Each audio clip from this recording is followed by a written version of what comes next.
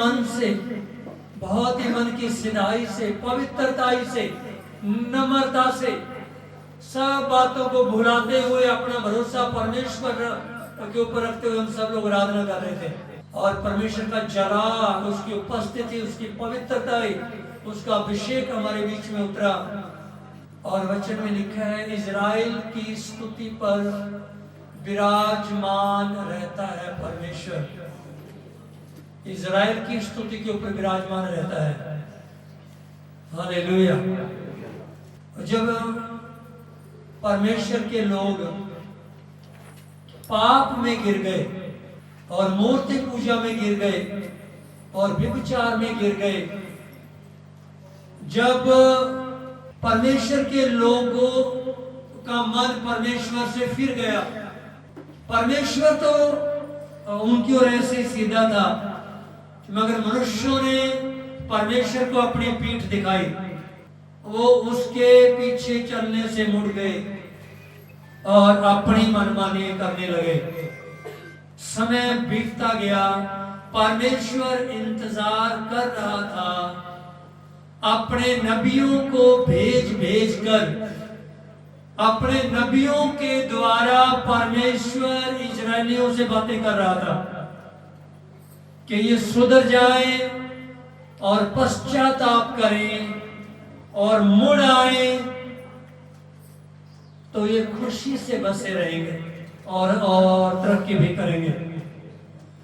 अगर ये पश्चाताप नहीं करेंगे और अपने पापों में बढ़ते ही चले जाएंगे और मेरे नबियों की नहीं सुनेंगे, आज की भाषा में बोलूं तो, अगर ये मेरे पास्टरों की नहीं सुनेंगे, अगर ये मेरे दासों की नहीं सुनेंगे, अपने पापों में बढ़ते ही चले जाएंगे, तो मैं न्याय करने वाला परमेश्वर हूं। परमेश्वर और कहता है, मैं न्याय करने वाला परमेश्वर हूं।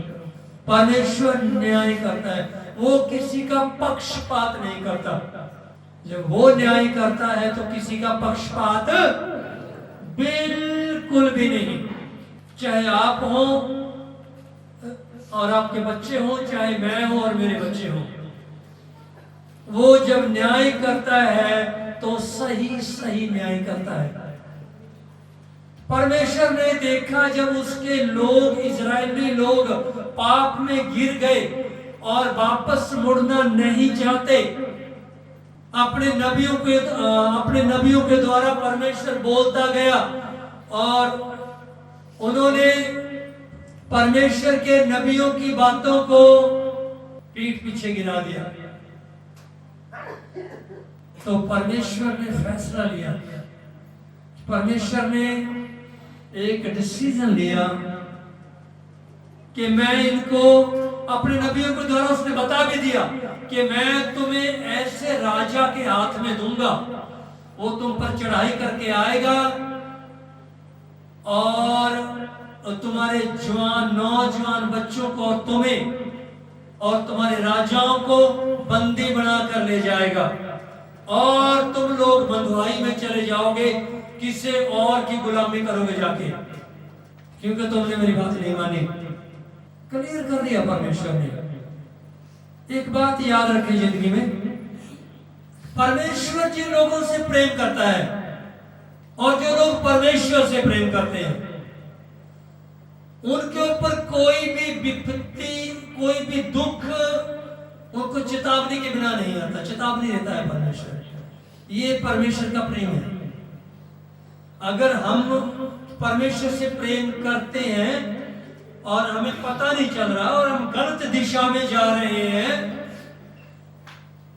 इससे पहले कि परमेश्वर हमें उसकी सजा दे, इससे पहले वो हमें चेतावनी देगा। गलत दिशा से मुड़ो और न्याय से बच जाओ। जो लोग परमेश्वर से प्रेम करते हैं, अगर वो गलती भी कर दे और अपनी गलती को वो ना सुधारे, तो परमेश्वर डायरेक्ट सजा कभी नहीं देता अपने प्यारे लोगों को। उनको पहले चेतावनी देता है, वार्निंग पहले दी जाएगी। चेतावनी देने के बाद भी वो चेतावनी आपके सेवकों के मुंह के द्वारा आपके ऊपर आ सकती है। सपने में, दर्शनों में परमेश्वर आपसे बात कर सकता है कि ऐसा मत कर। वो चेतावनी आपकी पत्नी के द्वारा परमेश्वर आपको दे सकता है। वो चेतावनी आपके पति के द्वारा परमेश्वर आपको दे सकता है। बच्चों, वो चेतावनी अपने माँ बाप के द्वारा आपको दे सकता है। चेतावनी देने के बाद भी अगर करेक्शन नहीं हुई, करेक्ट नहीं किया गया और इंप्रूवमेंट नहीं दिखाई, सुधार नहीं दिखाया, अगर फिर भी पश्चाताप नहीं किया, फिर न्याय आता है। ये बात याद रखना, फिर न्याय आता है। बहुत अच्छे लोग होते हैं वो जो अपने पास्टरों के समझाने से अपनी गलत दिशा छोड़कर सही दिशा में चलने लगते हैं। भूल जाता है परमेश्वर भी उनके पापों को छोड़ देता है। बोलता कोई बात नहीं, बस ठीक हो गया ना, आपको छोड़ दो। चेतावनी को गंभीरता से लेना है।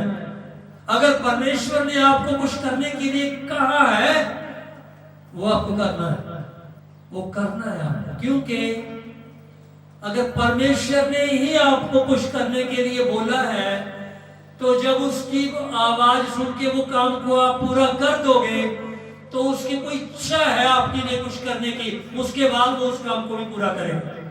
हालेलुया। समझ में आई मेरी बात? अगर परमेश्वर ने ही मेरे को बोला है कि सरकारी नौकरी को छोड़ के फुल टाइम पूरा समय मेरी सेवा में आ जा, तो समझ लो उसकी कोई इच्छा है।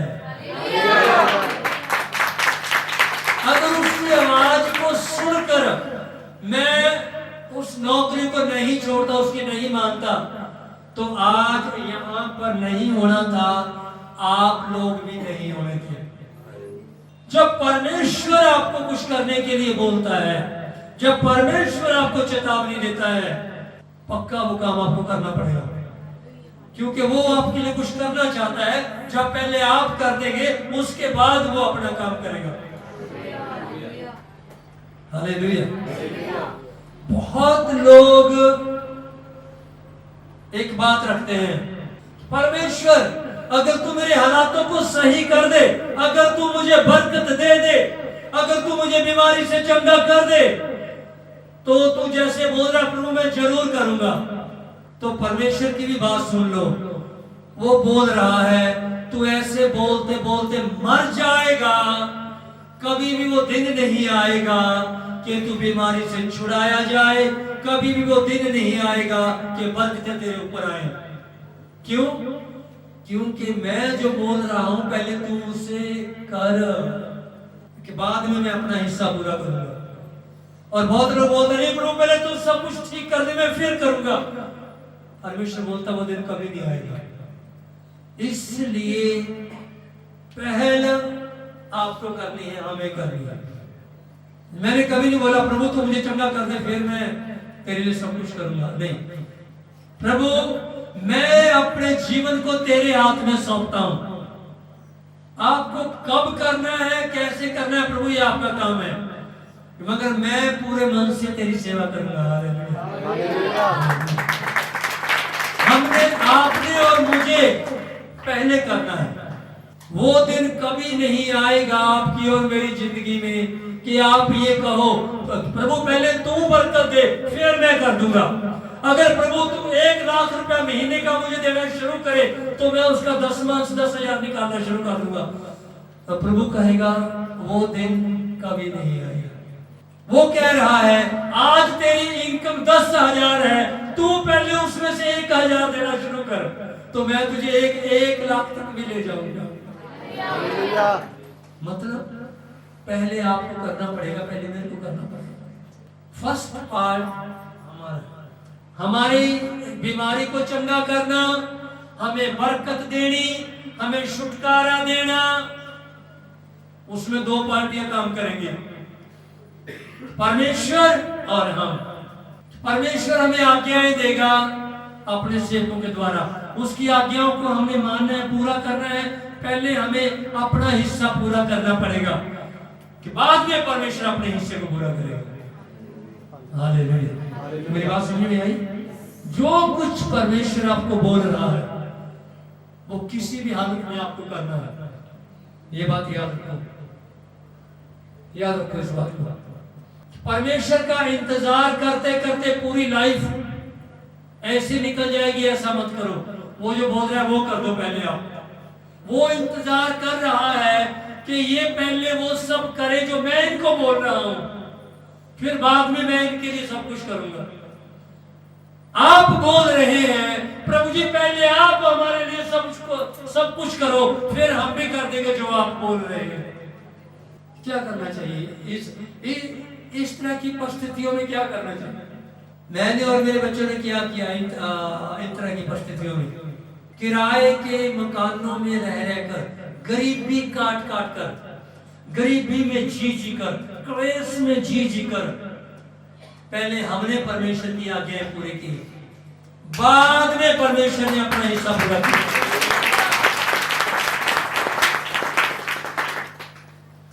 वो इंतजार कर रहा है कि पहले आप करो और हम करें, बाद में वो बोल रहा है बाद में मैं भी कर दूंगा, जो मैंने तेरे लिए रखा है मैं भी कर दूंगा।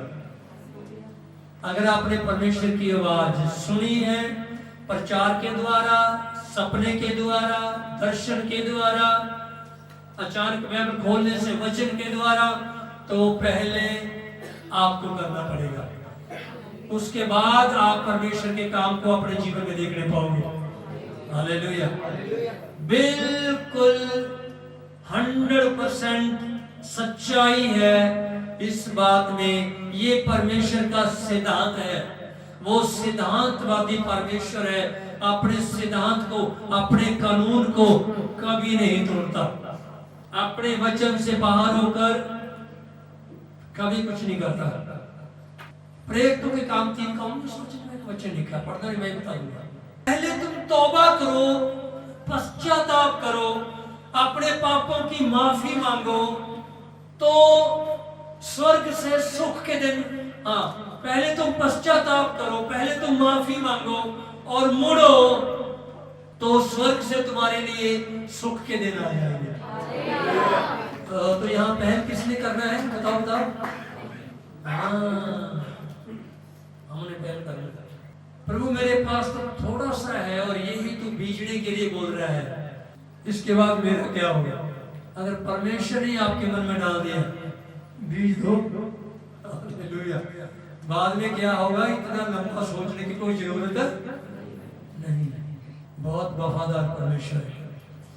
तो इजरायली पाप में गिर गए, दानियल के समय में इजरायली पाप में गिर गए, मूर्ति पूजा में गिर गए, अन्य जातियों की लड़कियों से शादी करने लगे, अन्य जातियों की लड़की से शादी करके उन लड़कियों के बोलने पर उनके देवताओं की पूजा करने लगे।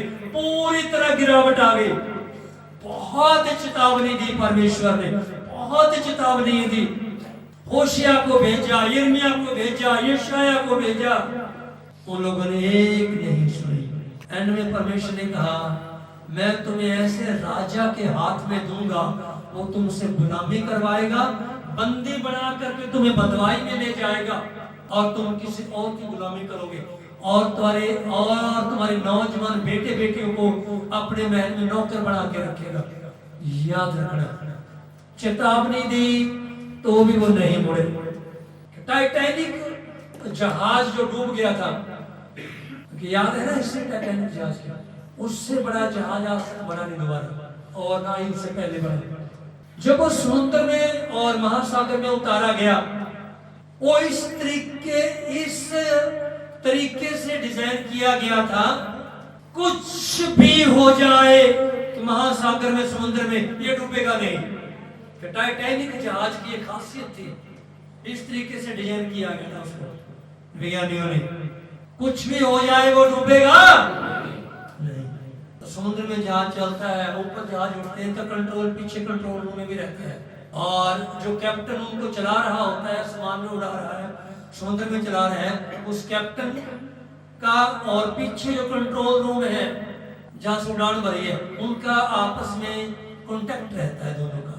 जब टाइटैनिक जहाज तैर रहा था, 3 बार चेतावनी आई, जहाज के अंदर कैप्टन के रूम में, जो कैप्टन उस जहाज को चला रहा था, 3 बार चेतावनी आई, कैप्टन रास्ता बदलो, आगे खतरा है।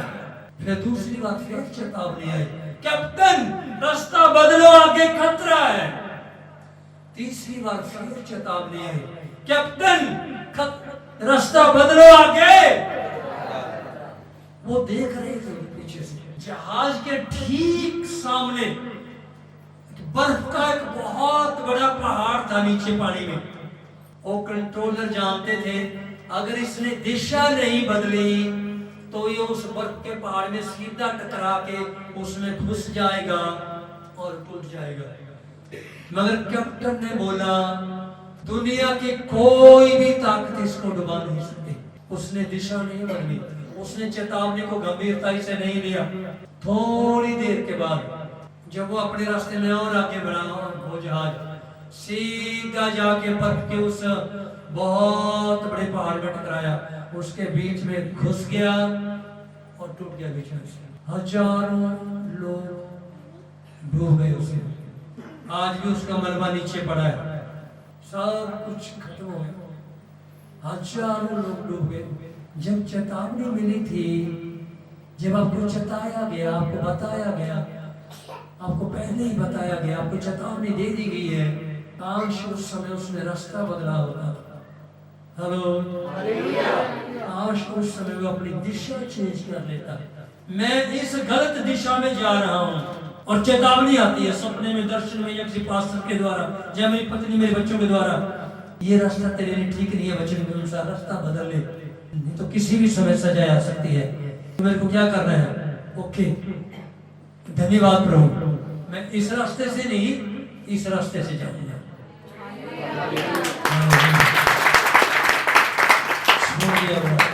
पश्चाताप किया, गलती को मान लिया, छोड़ दिया, बच गया, लंबी उम्र जी होगी, लंबी उम्र जी होगी।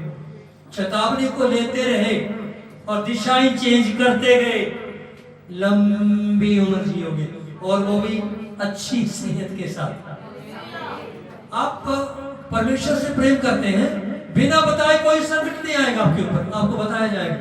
अगर आप सच में परमेश्वर से प्रेम करते हैं, आपके बिना बताए कुछ नहीं होने देगा आपके साथ।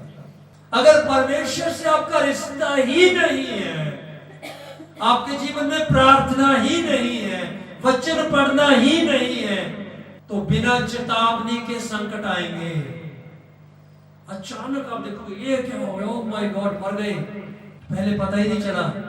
पहले कौन बताएगा आपको? उसके साथ तो रिश्ता ही खत्म कर लिया। क्या इजराइल के लोग पाप में गिर गए? परमेश्वर ने फैसला लिया कि बाबुल देश के राजा नबूकदनेस्सर को मैं इजराइल के ऊपर चढ़ा कर लेके आऊंगा। इजराइली हार जाएंगे, वो इस शहर को जला देगा और सभी इजरायलियों को बंदी बना के ले जाएगा। बिल्कुल जो परमेश्वर ने चेतावनी दी थी वैसा ही हुआ। इजरायलियों ने पश्चाताप नहीं किया, उन्होंने अपनी दिशा नहीं बदली, वो नहीं मुड़े, पाप में गिर गए, गिरते चले गए, गिरते चले गए, परमेश्वर से दूर होते चले गए, दूर होते चले गए। परमेश्वर ने अपने नबियों को भेजा, उन लोगों ने नबियों के साथ भी बहुत बुरा व्यवहार किया। फिर परमेश्वर ने बता दी उनको अपनी योजना, 70 साल की बंधुआई में जाओगे आप, बाबुल देश का राजा आएगा और आपको युद्ध में हराएगा। बहुत हाथ में आप लोग आ जाओगे, यरूशलेम शहर को, इजराइल को जला दिया जाएगा, इसकी चारों की दीवारें गिरा दी जाएगी, सबको बंदी बना कर ले जाएगा। आपकी जवान लड़के और लड़कियां उस राजा के महल में उसकी टहल सेवा करोगे। कुछ समय और बीत गया, ऐसा ही हुआ। बाबुल देश का राजा नबूकदनेस्सर आया, इजराइल पे चढ़ाई की, इजराइल युद्ध हार गया, क्योंकि परमेश्वर साथ नहीं। हम बीमारी के युद्ध में हो सकते हैं, हो सकता है कि हम बीमारी को ले अपने शरीर में बीमारी को लेकर प्रार्थना कर करके व्रत रख के और प्रभु की आज्ञाओं को मान कर और हम युद्ध लड़ रहे हैं। हम परमेश्वर के साथ सही चल रहे हैं, फिर भी बीमारी से हम युद्ध लड़ रहे हैं, गरीबी से युद्ध लड़ रहे हैं, कर्जे से युद्ध लड़ रहे हैं। सही चल के भले अभी हमारी जीत नहीं हो रही, मगर परमेश्वर तो साथ है ना। परमेश्वर तो साथ है ना। आपके हालातों में बदलाव आ रहा है या नहीं, आपकी बीमारी ठीक हो रही है या नहीं, आपकी गरीबी हट रही है या नहीं, इन बातों पे ज्यादा ध्यान मत दें, इस बात पे ध्यान रखें इन हालातों में परमेश्वर मेरे साथ है कि नहीं। अगर परमेश्वर आपके साथ है तो युद्ध लंबा तो हो सकता है, मगर एक दिन खत्म जरूर हो जाएगा। अगर आप परमेश्वर को कहीं पीछे छोड़ आए हो तो आपकी हार निश्चित है, शर्मिंदगी का मुंह देखना पड़ेगा। हालात कोई बात नहीं, कई बार हालात बिगड़ जाते हैं और कुछ बातें हाथ से निकल जाती हैं। परमेश्वर का साथ होना बहुत जरूरी है। पवित्र आत्मा साथ है, अभिषेक बना हुआ है और प्रभु की हजूरी में चल रहे हैं। हर रोज वचन पढ़ रहे हैं, हर रोज प्रार्थना कर रहे हैं, पवित्र जीवन जी रहे हैं और नम्रता में चल रहे हैं।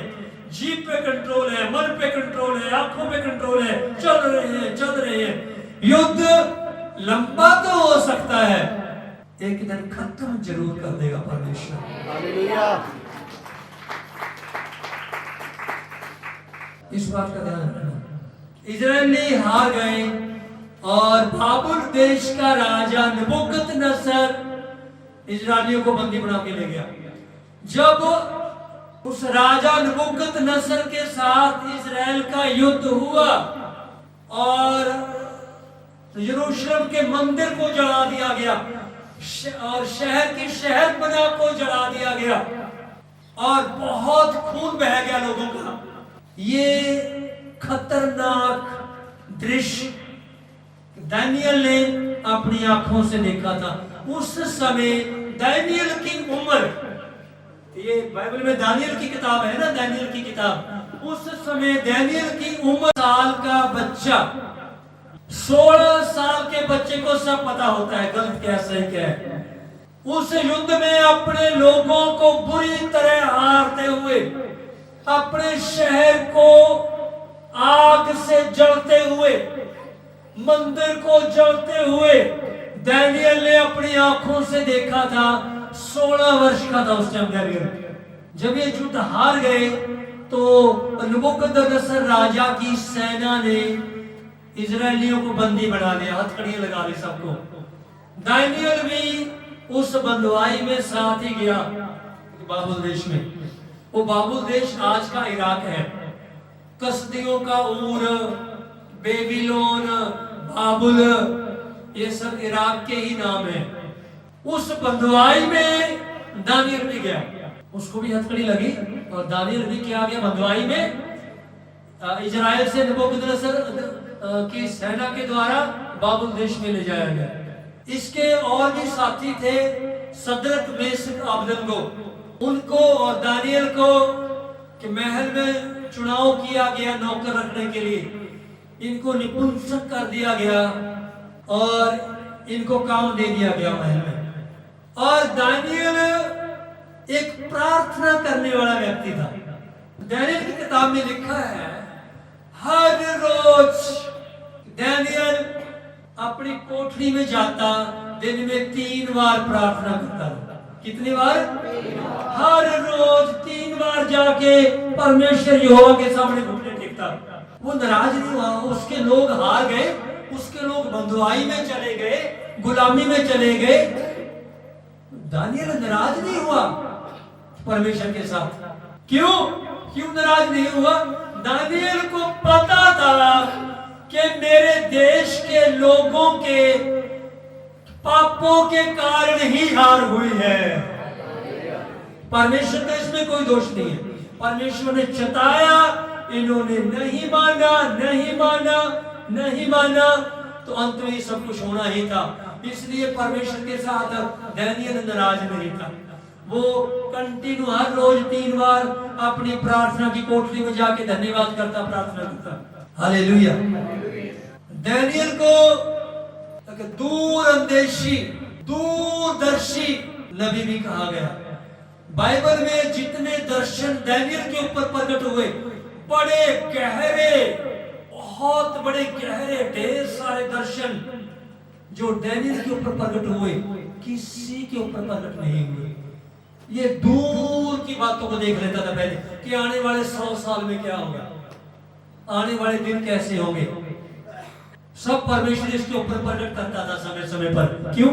क्योंकि दानियल का परमेश्वर से गहरा रिश्ता था प्रार्थनाओं के द्वारा। हालेलुया। और हालांकि बच्चा ही था, बचपन से गहरा रिश्ता था, प्रेम करता था अपने परमेश्वर से, परमेश्वर में गहरी बातें बताता था इसको। नबूकदनेस्सर के राजाओं के बारे में परमेश्वर जो दर्शन बताता था, उन राजाओं के मंत्रियों, तंत्रियों, जादूगरों को किसी को समझ में नहीं आते थे, तो दानियल उसका अर्थ बताता था। हालेलुया। दानियल परमेश्वर का प्यारा व्यक्ति था। क्यों? प्रार्थना के द्वारा सच्चा जीवन, पवित्र जीवन जीने के साथ प्रार्थनाओं के द्वारा परमेश्वर के साथ एक अच्छा रिश्ता था दानियल का। समझ में आई मेरी बात? क्या आप सब प्रचार का आनंद ले रहे हैं? Hallelujah, thank you Jesus. प्रार्थना आत्मिक दरवाजों को खोल देती है। प्रार्थना हमारे भविष्य का पुनर्निर्माण करती है। क्या नहीं समझ में आया? अगर गलती कर करके हम अपने आने वाले भविष्य को, आने वाले दिनों को बिगाड़ भी लें और फिर पश्चाताप करके प्रार्थना में लग जाए, तो प्रार्थना हमारे आने वाले दिनों को, आने वाले भविष्य को फिर से बना देती है।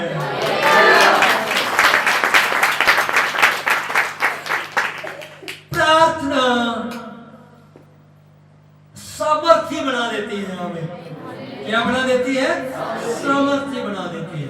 प्रार्थना हमारे प्रेजेंट को और फ्यूचर के दोनों के ऊपर गहरा प्रभाव डालती है। नहीं समझ में आया? प्रार्थना बहुत गहरा असर डालती है हमारे वर्तमान समय के ऊपर, जो हम जी रहे हैं इस समय के ऊपर, और आने वाला कल कैसा होगा उस समय के ऊपर बहुत गहरा असर छोड़ती है प्रार्थना। आपको लगता होगा कि मैं आजकल बहुत प्रार्थना कर रहा हूं, मगर हालातों में कोई बदलाव नहीं है। नहीं, आपके आने वाले दिनों पे गहरा असर पड़ने वाला है आपकी आज की प्रार्थनाओं के कारण। आपकी आज की प्रार्थनाओं के कारण आपके आने वाले दिनों पे गहरा असर पड़ने वाला है। कि प्रार्थना हमारे प्रेजेंट, हमारे फ्यूचर दोनों को डील करती है। हालेलुया। जब हम वचन बोलते हैं प्रार्थना में, प्रभु इतने वचन में ये लिखा है, जब हम वचन बोलते हैं प्रार्थना में, तो हमारे वचन बोलने से स्वर्गीय दूत आने लग जाते हैं। मगर एक बात सच है, जो आप उत्तर पाना चाहते हैं प्रार्थनाओं का, वो आपको एक समय पर मिलेगा। आपकी जल्दबाजी से नहीं, आपका समय और परमेश्वर का समय बहुत अंतर है दोनों में। वो अपने ठहराए हुए समय पर आपकी प्रार्थनाओं का उत्तर देगा। आप करते चले जाओ, आपका वर्तमान प्रेजेंट भी बदल जाएगा, फ्यूचर तो बदल ही जाएगा। ये 100% श्योर है ये बात। हालेलुया। तो दानियल की किताब, उसका 10 अध्याय हम देख रहे थे लास्ट संडे को। ध्यान से सुने। एक दर्शन दानियल के ऊपर प्रकट हुआ और उस दर्शन का मतलब दानियल समझ गया। क्या किया दानियल ने? 21 दिन का फास्टिंग किया। यहाँ लिखा है 10 अध्याय में 21 दिन खाना नहीं खाया उसने। 21 दिन की उपवास प्रार्थना में चला गया। स्वर्गीय दूत आया। हम इसको पढ़ेंगे दानियल 10 अध्याय उसका 10 वचन से। हिंदी में पढ़िए, हिंदी में पढ़िए। फिर किसी ने अपने हाथ से मेरी देह को छुआ और मुझे उठाकर सुनिए, जब वो दर्शन में स्वर्गीय दूत को दानियल ने देखा, उस टाइम एक गहरी नींद इसके ऊपर आ पड़ी और ये मुंह के बल जमीन पे गिर गया। इसके शरीर में इसका शरीर बेजान हो गया और ये उस स्वर्गीय दूत की बातों को सुनने लगा। फिर से पढ़े। फिर किसी ने अपने हाथ से मेरी देह को छुआ। हाँ, फिर किसी ने, एक स्वर्गीय दूत ने आके मेरी देह को छू लिया। फिर और मुझे उठाकर घुटनों और हथेलियों के बल थरथराते हुए बैठा दिया। मैं कांप रहा था। उस स्वर्गीय दूत ने मुझे अच्छे से घुटने को बल हथेलियों पे बिठा लिया। आगे तब उसने मुझसे कहा, हाँ हालेलुया। तब स्वर्गीय दूत ने दानियल से कहा, हे दानियल, हे दानियल, हे अति प्रिय पुरुष। ओ वाह हालेलुया। क्या क्या बोला स्वर्गीय दूत ने? हे दानियल अति प्रिय पुरुष। मतलब हे दानियल परमेश्वर के बहुत ही प्यारे बच्चे। वाह हालेलुया, हालेलुया। कितना प्यार करता है परमेश्वर दानियल। वजह, परमेश्वर इतना प्यार करता है दानियल को, वजह क्या है? प्रार्थना, पवित्र जीवन, नम्रता, परमेश्वर के साथ गहरा संबंध उसका मेंटेन करना। हर रोज 3 बार प्रार्थना कर करके परमेश्वर के साथ उस रिश्ते को बनाए रखने के लिए दिन में 3 बार प्रार्थना, घुटने टेकना, पवित्र जीवन बिताना और नम्रता। इसीलिए परमेश्वर बोल रहा है, हे दानियल मेरे बहुत ही प्यारे बच्चे सुन। हाँ क्या हुआ? हे दानियल, हे दानियल, हे अति प्रिय पुरुष, हे अति प्रिय पुरुष, जो वचन मैं तुझसे कहता हूँ उसे समझ ले और सीधा खड़ा हो, क्योंकि मैं अब भी तेरे पास भेजा गया हूँ। हाँ, स्वर्गीय दूत ने कहा मैं तेरे पास भेजा गया हूँ। स्वर्गीय दूत अपनी मर्जी से हमारे पास नहीं आते, परमेश्वर की ओर से भेजे जाते हैं। आपको रात में कोई सपना आया है, कोई दर्शन दिखाया गया है, परमेश्वर नहीं आया, एक स्वर्गीय दूत आया है संदेश को लेके। आगे, मैं तेरे पास भेजा गया हूँ। जब उसने मुझसे ये वचन कहा, हाँ दानियल ने कहा, जब उस स्वर्गीय दूत ने मुझसे वो बातें कही, तब मैं खड़ा तो हो गया, परंतु थरथराता रहा। हमें खड़ा तो हो गया मगर कांपता था। फिर उसने मुझसे कहा, हे दानियल, हे दानियल, मत डर, मत डर, क्योंकि पहले ही दिन को रुकिए, क्योंकि पहले ही दिन को, मतलब 21 दिन का व्रत शुरू किया दानियल ने। कितने दिन का बोलो? उसने कहा पहले ही दिन, जब आपने व्रत शुरू किया उसके 21 दिन तो बहुत बाद में पूरे हुए, पहले ही दिन मुझे तेरे पास भेजा गया। इसकी वजह क्या है? 21 दिन की प्रार्थना सुनने के बाद आता स्वर्गीय दूत, पहले दिन ही भेज दिया परमेश्वर ने। वजह क्या है इसकी? सुनिए, पढ़ो। हे दानियल मत डर, हे दानियल मत डर, क्योंकि पहले ही दिन को जब तूने समझने और बूझने के लिए मन लगाया। हाँ हालेलुया, ये है वजह। हे दानियल, जब तूने अपना मन मेरी बातों को समझने के लिए लगाया, जब तूने अपना मन मेरे वचन को समझने और पूरा करने के लिए लगाया, एक तो ये वजह है स्वर्गीय दूत की उसके पास आने की। आगे, और अपने परमेश्वर के सामने अपने आप को दीन किया। अरे वाह, हालेलुया। दूसरी वजह, पहले दिन स्वर्गीय दूत आ गया, उसकी दूसरी वजह, और आपने हे दानियल तूने अपने आप को परमेश्वर के सामने बहुत नम्र कर लिया। सारे घमंड को छोड़ देना, गंदी बातें जीभ से बोलना छोड़ देना, गलत सोच विचार करने छोड़ देना, गलत चीजें देखनी छोड़ देना, गलत सुनना छोड़ देना। जिन्होंने आपका मन दुखाया है उनको दिल से माफ कर देना, बिना रंजिश मन में रखे, बिना कड़वाहट दिल में रखे, बहुत नम्रता से जीना।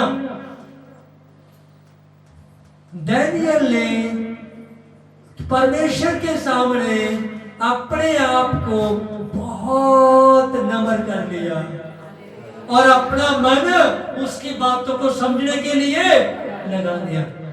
ये दो वजह हैं जिनके कारण 21 दिन इंतजार नहीं करना पड़ा। पहले ही दिन दूत ने बोला, पहले ही दिन मुझे आपके पास भेजा गया। इसलिए नहीं कि तू 21 दिन का व्रत रख कर बैठा है तो मुझे आना ही पड़ेगा। अरे बहुत लोग 40 दिन के व्रत रखते हैं, एक साल के व्रत रखते हैं, एक टाइम खाना खाते हैं, एक साल 21 दिन के रखते हैं, 3 दिन के रखते हैं, मगर उनका मन सीधा नहीं है परमेश्वर के सामने। उनका चरित्र, उनका स्वभाव सही नहीं है परमेश्वर के सामने। इतने लंबे फास्टिंग के बाद भी कुछ नहीं होता, कुछ नहीं होता। मगर दानियल ने सही काम करके शुरू किया तो पहले ही दिन स्वर्गीय दूत ने बोला, मैं इसलिए नहीं आया कि तू 21 दिन के व्रत रखकर बैठा है, इसलिए नहीं आया। मैं इसलिए आया हूं कि तूने अपने आप को नर्म कर लिया और तूने अपना मन परमेश्वर की बातों को समझने के लिए लगा लिया। इसलिए आया, इसलिए फिर 21 दिन के व्रतों को लेकर नहीं आया। हेलो, कई बार हम प्रार्थना करते हैं, कुछ नहीं होता। याकूब 5:16 में लिखा है, मैं बताता हूं, इधर ध्यान दें। याकूब 5:16 में लिखा है, एक दूसरे के लिए प्रार्थना करो, एक दूसरे के सामने अपने पापों को मान लो, छोड़ दो, ताकि तुम चंगे हो जाओ। क्योंकि एक धर्मी व्यक्ति की प्रार्थना के द्वारा बहुत काम हो जाता है। एक धर्मी व्यक्ति की प्रार्थना बहुत प्रभाव डालती है। दानियल धर्मी व्यक्ति है परमेश्वर के सामने। उसने पहला ही दिन था, उसी दिन स्वर्गीय दूत ने बोला, मैं तेरे लिए निकल पड़ा था। हालेलुया। समय पर उत्तर पाओगे उसका। आगे अपने जीवन को ठीक नहीं किया, अपने आप को नम्र नहीं किया और परमेश्वर का वचन समझने के लिए और उसको पूरा करने के लिए मन नहीं लगाया, आपका व्रत रखने का कोई फायदा नहीं, आपकी प्रार्थना का कोई फायदा नहीं और बाइबल पढ़ने का कोई भी फायदा, नाम के धर्मी बनने का कोई फायदा नहीं। क्रिश्चियन बनने से, ईसाई बनने से कुछ भी लाभ होने वाला नहीं है। दानियल की तरह कॉपी करना पड़ेगा आपको जीवन अपना। फिर आएगा स्वर्गीय दूत। मेरे पास भी कमरे में स्वर्गीय दूत आए, मैंने स्वर्गीय दूतों के साथ बैठकर प्रार्थना की अपने जीवन में। मेरे बच्चों ने, मेरी पत्नी ने भी उनकी आवाजों को सुना। ये मेरा भी तजुर्बा है, मेरा भी एक्सपीरियंस है। उत्तर समय पर मिलेगा। इसके लिए पढ़िए।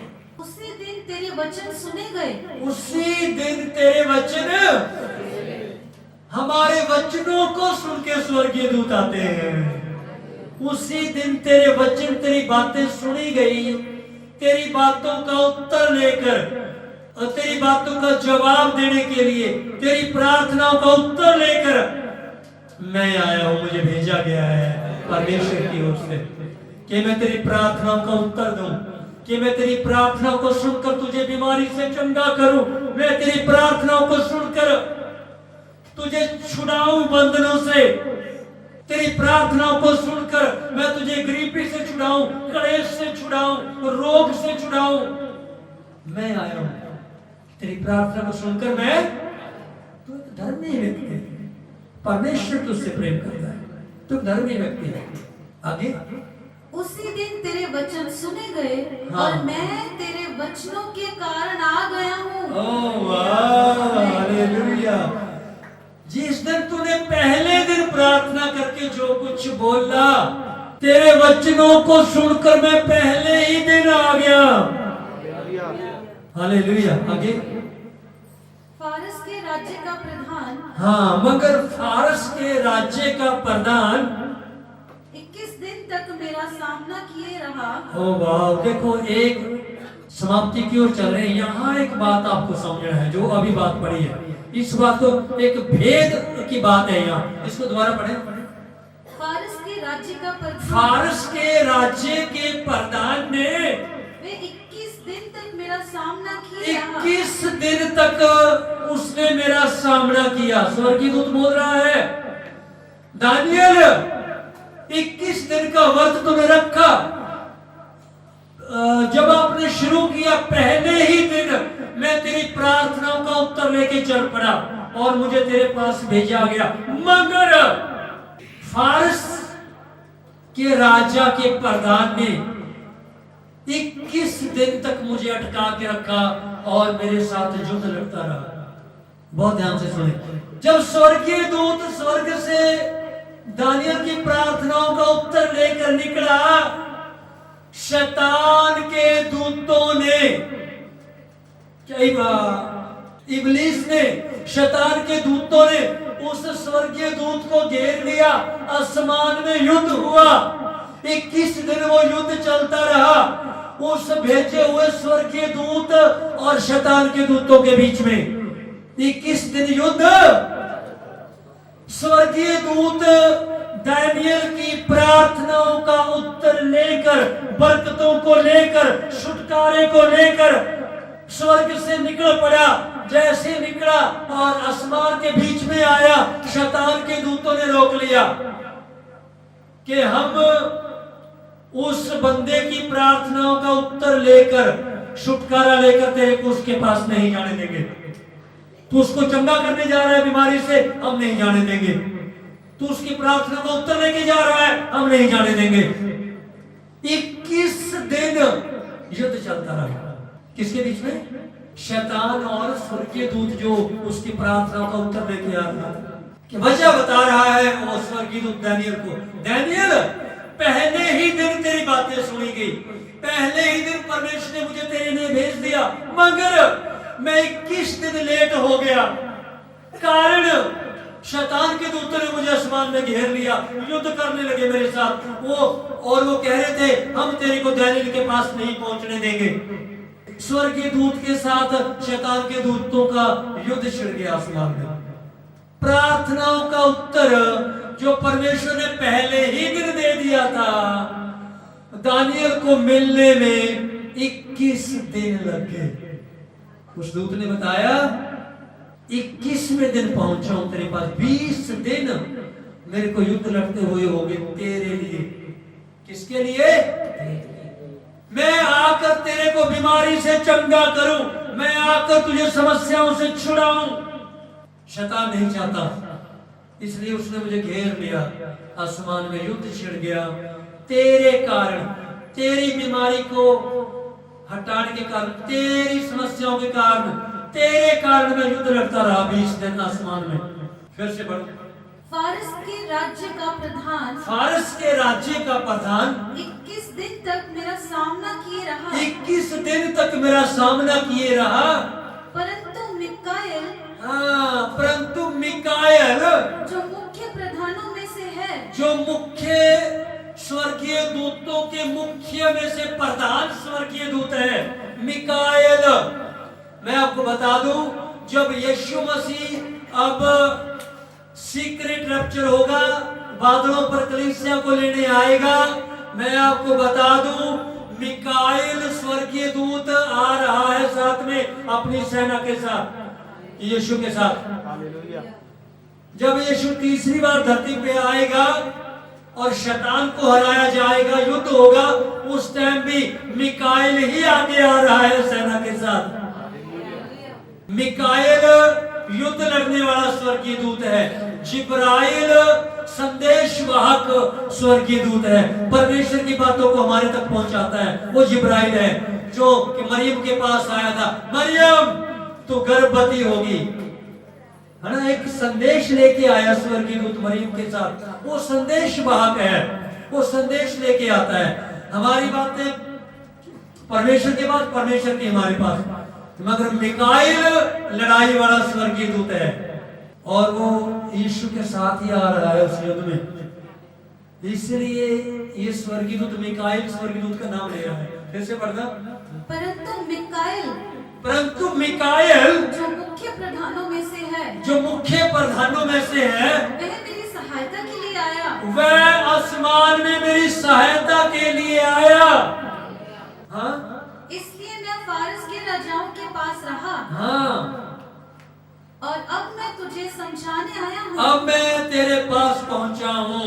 जब मैं अकेला नहीं जीत पाया तो परमेश्वर ने सेना के साथ मिकाएल को भेजा, फिर मिकाएल ने आके आसमान में युद्ध लड़ा, उसने मुझे छुड़ाया, फिर मैं तेरे पास आया हूँ। किस वजह?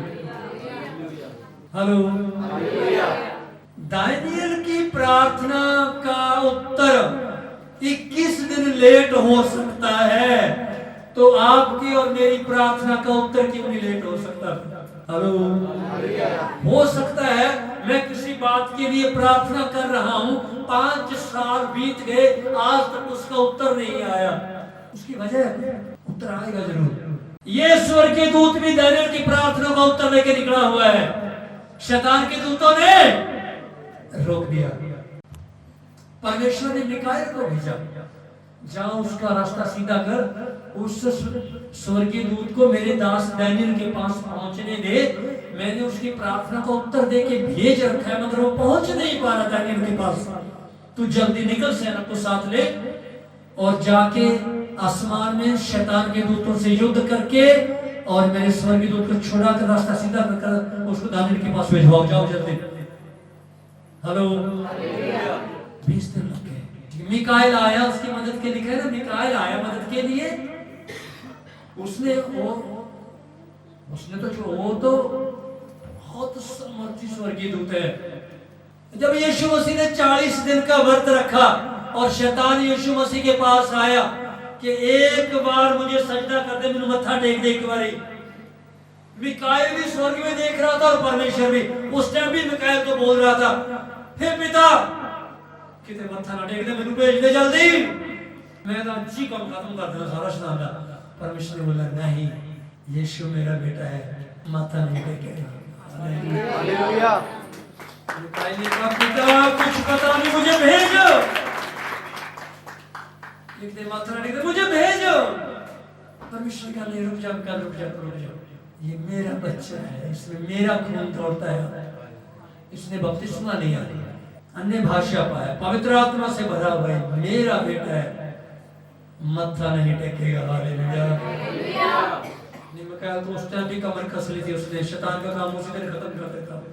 ये कहानी थी, यहाँ तक कहानी नहीं थी। वो ही मिकाएल ने स्वर्गीय दूत को छुड़ा दिया आसमान में, युद्ध किया उन्होंने, मिनट मारे आके। हालेलुया।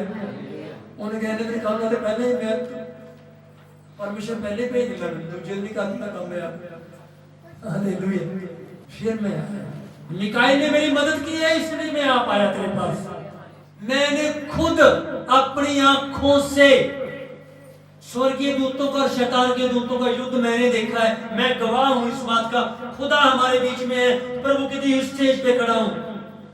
जब हम किराए पर रहते थे, अभी सांस की बीमारी मेरी ठीक नहीं हुई थी, बहुत सांस उठता था।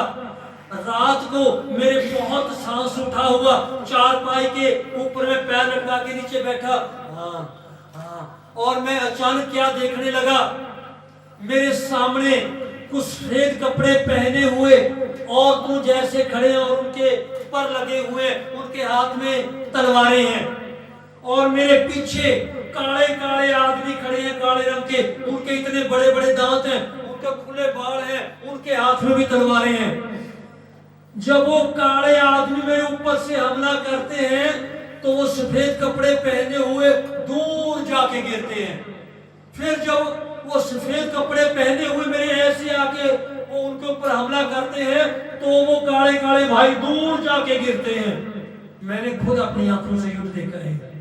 मेरी बीमारी के लिए कितना युद्ध हुआ। फिर भी प्रार्थना करने से कई बार मैं ठीक हो जाता था, कई बार ठीक नहीं होता। एक बड़ा संघर्ष का युद्ध। फिर मैंने एक चीज और देखी, मैं जो प्रार्थनाएं करता हूं, आसमान में एक मटका रखा हुआ है, कोई है वो मेरी प्रार्थना को लेकर उसमें डाल देता है और ऊपर नहीं जाती प्रार्थना। मेरे पास ने बताया ये सच बात है, ये सच बात है। जब हमारे जीवन में कमी होती है, हमारी प्रार्थना परमेश्वर के पास नहीं पहुंचती है। शैतान, उसका मध्य आकाश में डेरा है, अफसियां 6 अध्याय में लिखा है, उसका मध्य आकाश में डेरा है। हमारी प्रार्थना जब जाती है ऊपर, वो उनको लेता है और उस मटके में डाल के बंद कर देता है, ऊपर जाती है। मगर जो आप अन्य भाषा में प्रार्थना करते हैं, वो शैतान तो क्या उसका बाप भी नहीं रोक सकता। क्योंकि अन्य भाषा में आग मिली हुई होती है और वो परमेश्वर की भाषा है। ना तो वो शैतान की समझ में आती है और वो उससे वैसे ही दूर हो जाता है, वो तक सीधी जाती है।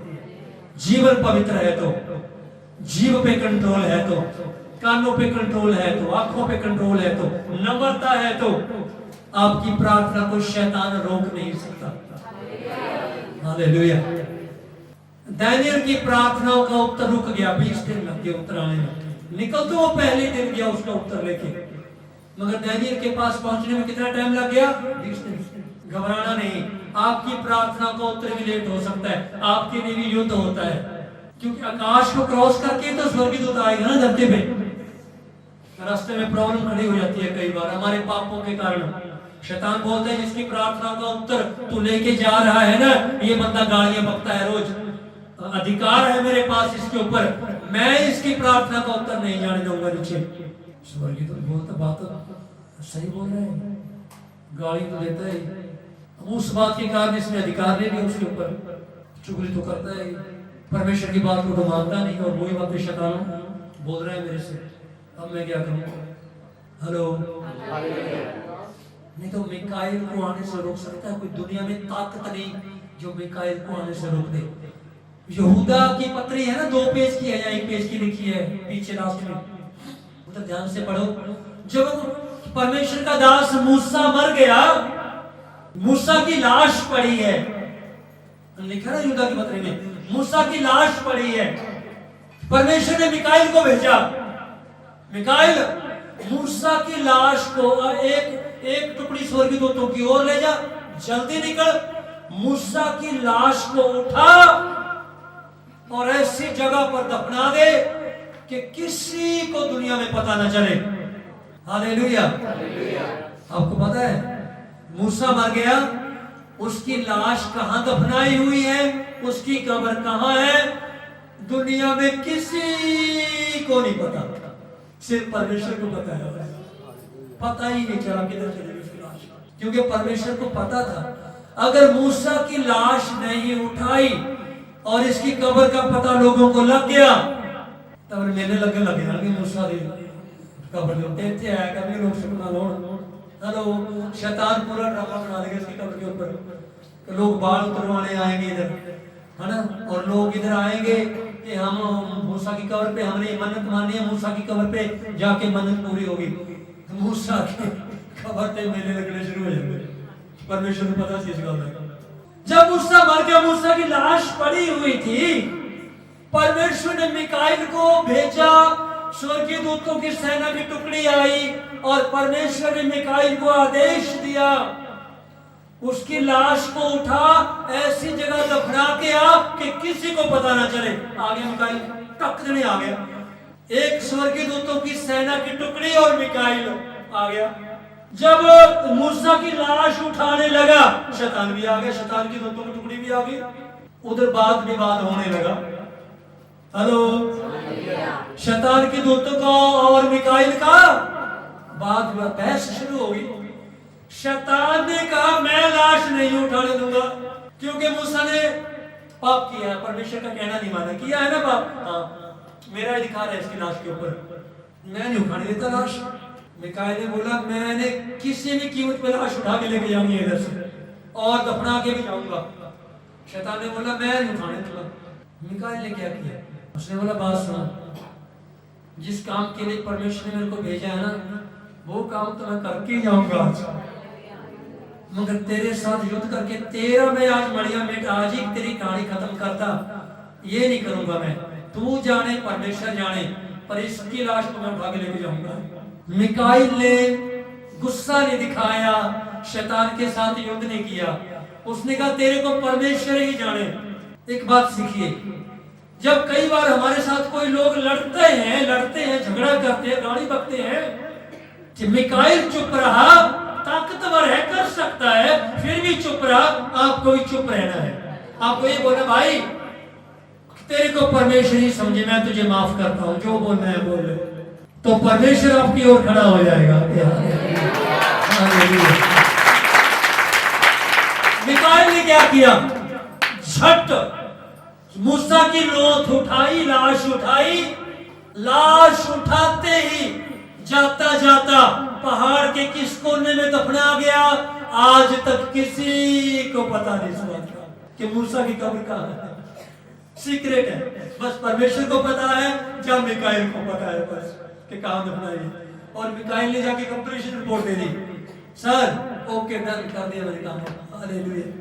मगर प्रभु पिता अगर तुमने थोड़ी सी छूट मेरे को और दी होती तो शैतान का काम मैं तमाम आज ही करके आता, साथ में उसका भी काम आज ही करके आता। परमेश्वर बोला नहीं, उसको मैं अपने पुत्र के हाथ से मनवाऊंगा, यीशु के हाथ से, हालेलुया।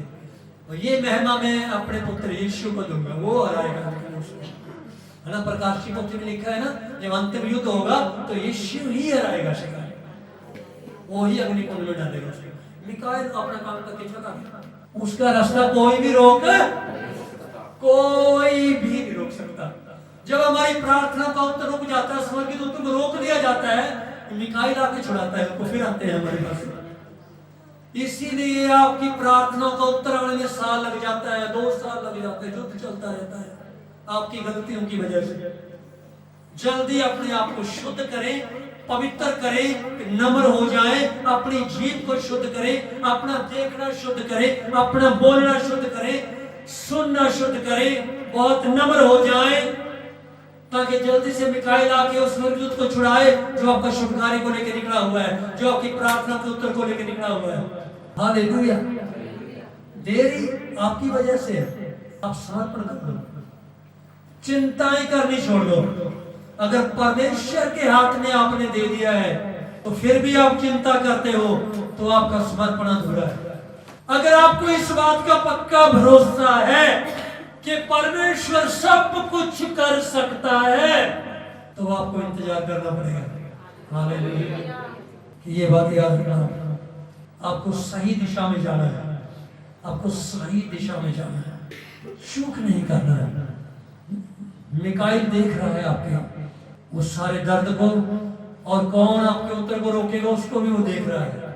सिर्फ परमेश्वर के एक इशारे का इंतजार है बस, उसी दिन सारी प्रार्थना का उत्तर दे देगा आपको।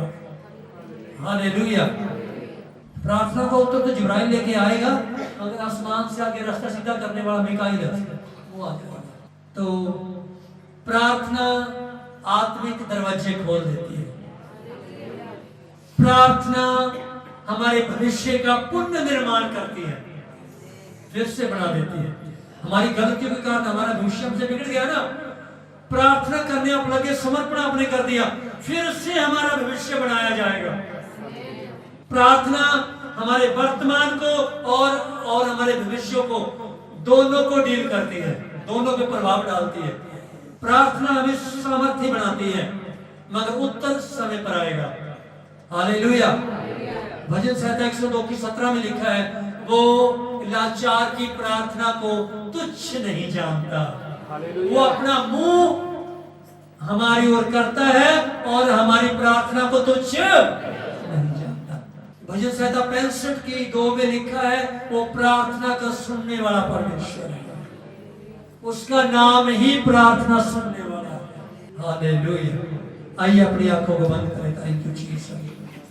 महान प्यारे पवित्र परमेश्वर, बहुत सी बातें आज आपने हमें सिखाई हैं, अपने बच्चों को सिखाई हैं परमेश्वर। पहले आप सब कुछ करके दें, बाद में हम करेंगे, ये कभी नहीं होगा प्रभु। पहले हमें करना पड़ेगा, तो बाद में आप अपना हिस्सा पूरा करोगे। आप विश्वास योग्य, आप धर्मी परमेश्वर हैं। हालेलुया। आप पहले अपना हिस्सा पूरा करो, परमेश्वर की आज्ञाओं को पूरा करो, अपने आप को शुद्ध करो, पवित्र करो, अपना हिस्सा पूरा करो, बाद में परमेश्वर भी अपने हिस्से को पूरा करेगा। वो विश्वास योग्य, वो कभी पीछे नहीं हटेगा।